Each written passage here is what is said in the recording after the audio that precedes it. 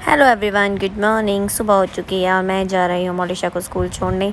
तो मोलिशा को मैंने ना पहले ही नीचे भेज दिया। तो ये देखा तो ताई के साथ चाय बनाने में हेल्प कर रही है। ताई जी उठते हैं, इसके बाद इनके बच्चों का टाइमिंग हो गया है चेंज और मेरी बेटी का भी वही है। सब कुछ कर कुरने के बाद, नाश्ता वगैरह करने के बाद मैं और भाभी आए लाइनिंग लेने और कुछ लेसेस लेने। तो आके बाद में हमने बनाई वीडियोस, क्योंकि ये भी बहुत ज़रूरी है। ये देखो मैडम बुकरम के साथ खेल रही है। उसके बाद मैं चली गई थी मन्नू को लेने के लिए, और मन्नू की मैं आते हुए सॉक्स भी लेकर आई हूँ और लेगिंग भी।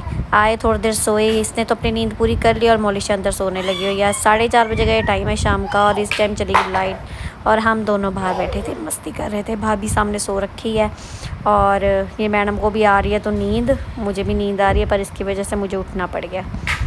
बड़ी एक्टिंग करती है कि इसको पता लग जाता है वीडियो बन रही है ना, तो हर एक चीज़ दिखाती है, मैं ये कर रही हूँ, मैं ये कर रही हूँ। बच्चों को और चाहिए भी क्या। और भाई मुझे तो इस टाइम ना बहुत ज़्यादा ही नींद आ रही है, बासियों पे बासियाँ आ रही थी, पर सोने को कुछ मिला नहीं। उसके बाद चाय वगैरह पी और देखो जी बर्तन हो चुके थे धोने वाले, दोपहर के थे। और सब्ज़ी की तैयारी आज मैं बनाऊँगी पनीर की भुर्जी, जो कि मैं दोपहर को ही ले आई थी भाभी के साथ जब मैं गई ना लाइनिंग लेने उस टाइम।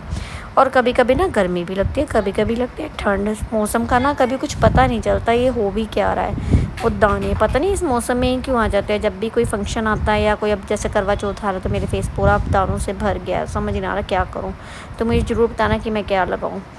उसके बाद मैं गई भाभी के कमरे में, मैडम बिंदियों के साथ खेल रही थी और इसे मैं दांतों में पता नहीं क्या काला काला सा लगा लिया। I think so sketch colour था इसके पास, ब्लैक कलर का। तो मैं देखा, मैं क्या दिखा अपने तीत, मैं कहा ब्रश कर लिया। कहती हाँ, पर अच्छे से अभी भी ना साफ़ नहीं हुए इसके तीत। और भाभी लगी थी अपने फ़ोन पे कुछ देख रही होंगी, जो कि मैंने नहीं पूछा क्या देख रहे थे क्या नहीं। उसके बाद बच्चों ने खाई आइसक्रीम। मैं मन नहीं करती रहेगी, पर ये नहीं हटी मैडम, ये कहती मैं तो खाऊंगी आइसक्रीम।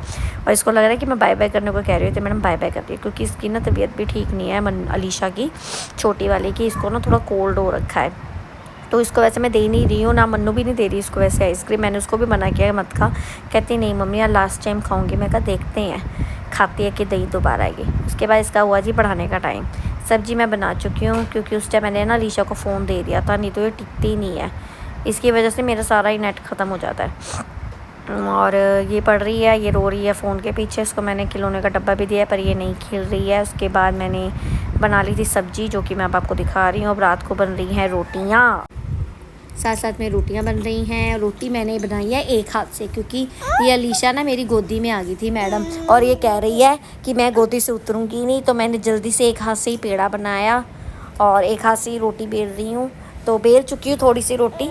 तो उसके बाद ना इसके पापा आ गए थे, तो इसके पापा ने भी थोड़ा सा ना इसको हैंडल कर ही लिया, पर ये रहती ही नहीं ना, क्या कर सकते हैं।